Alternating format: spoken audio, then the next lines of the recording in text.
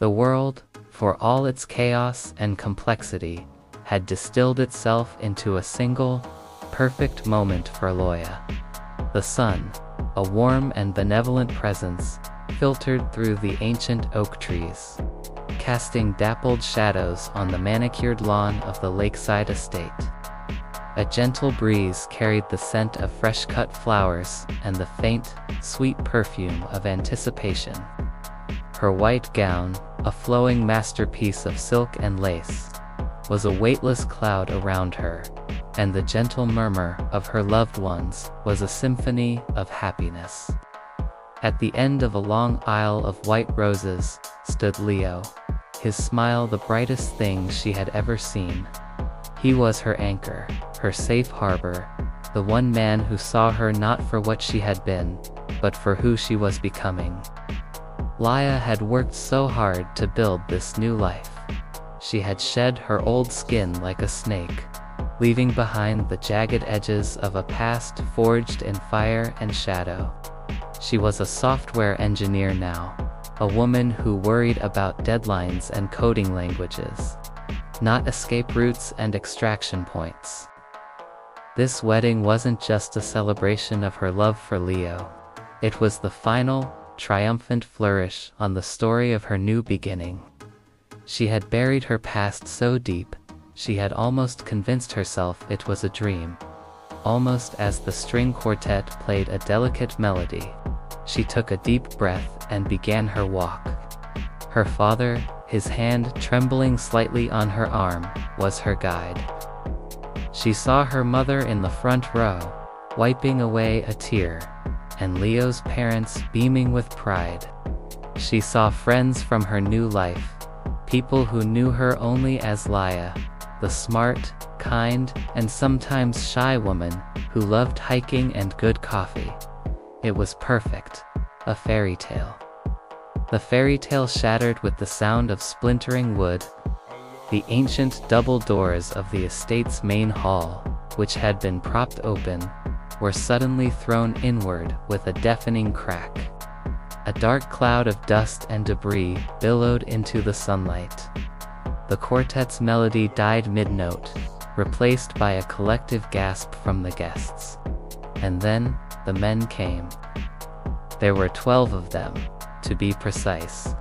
12 shadows in the light, dressed in black tactical gear, their faces obscured by balaclavas. They moved with a chilling, practiced precision that Leah's senses, long dormant, instantly recognized. These were not amateurs. They were professionals.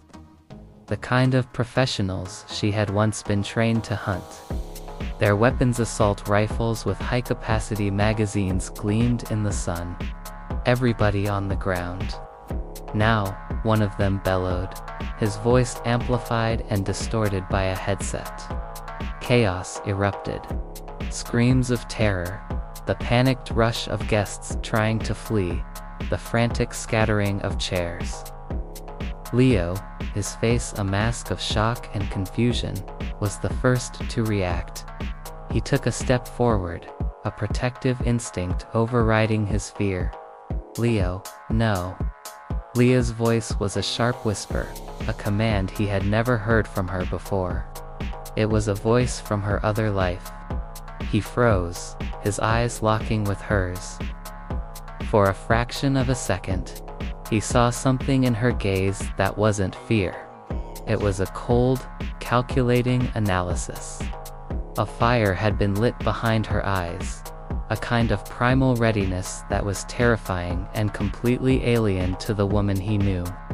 The man who had shouted the one Leah's mind had already designated as the team leader spotted her. He pointed his rifle at her, a gesture that was both a threat and a terrible recognition.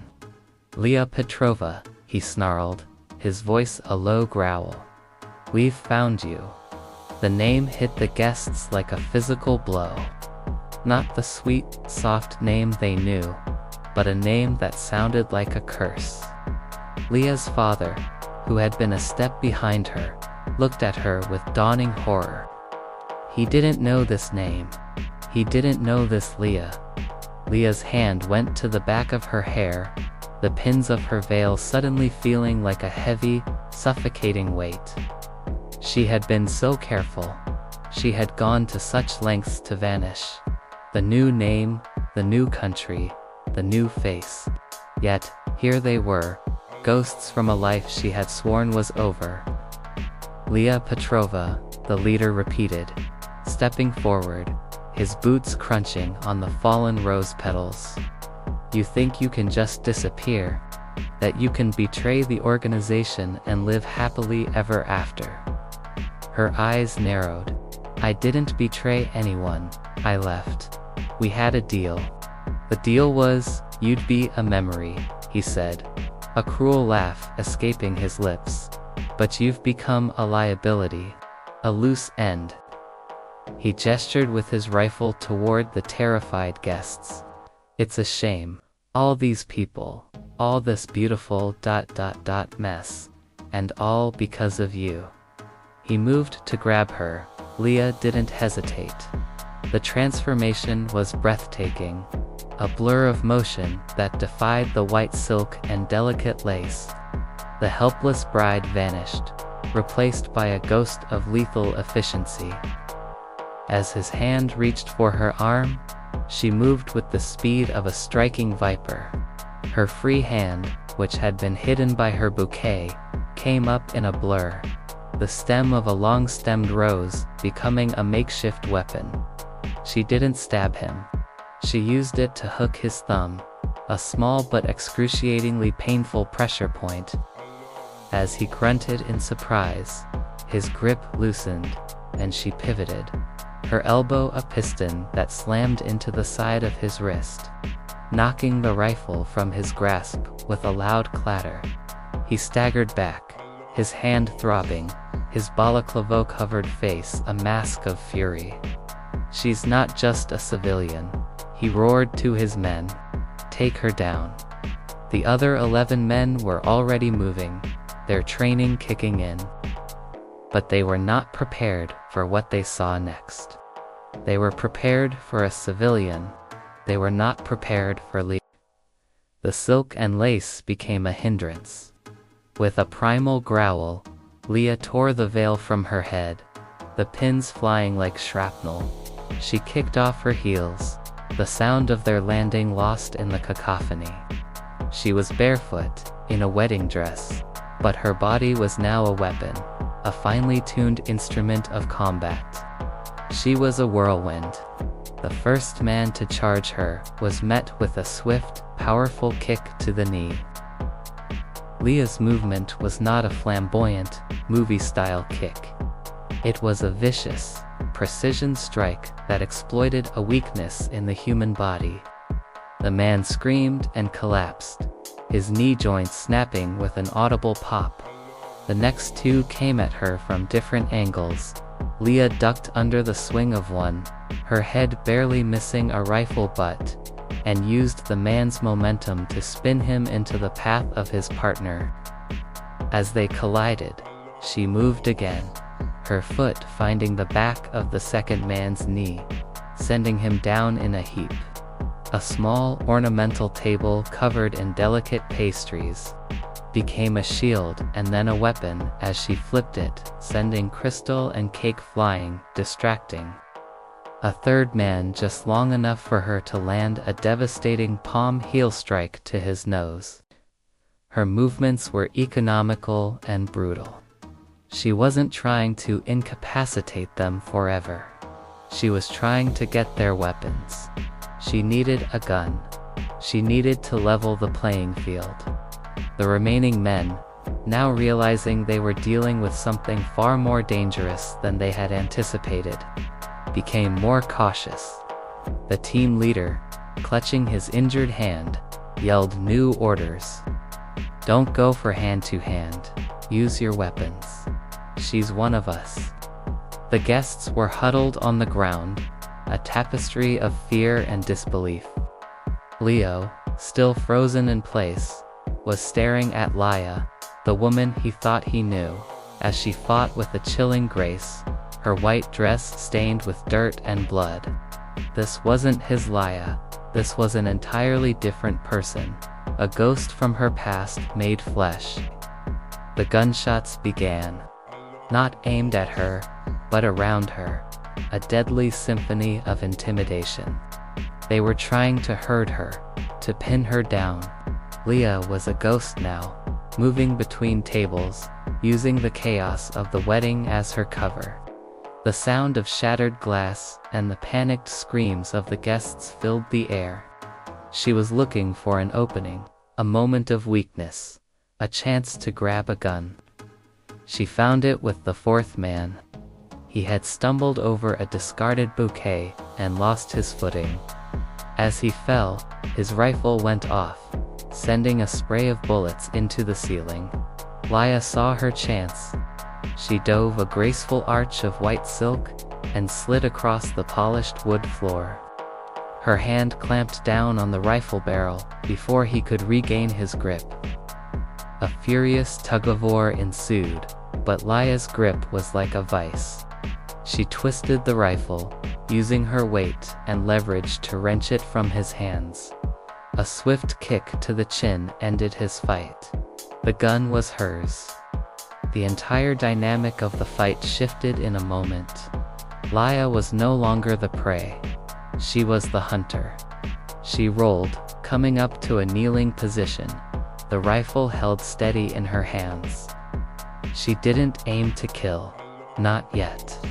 She was still Leah, the woman who had sought peace.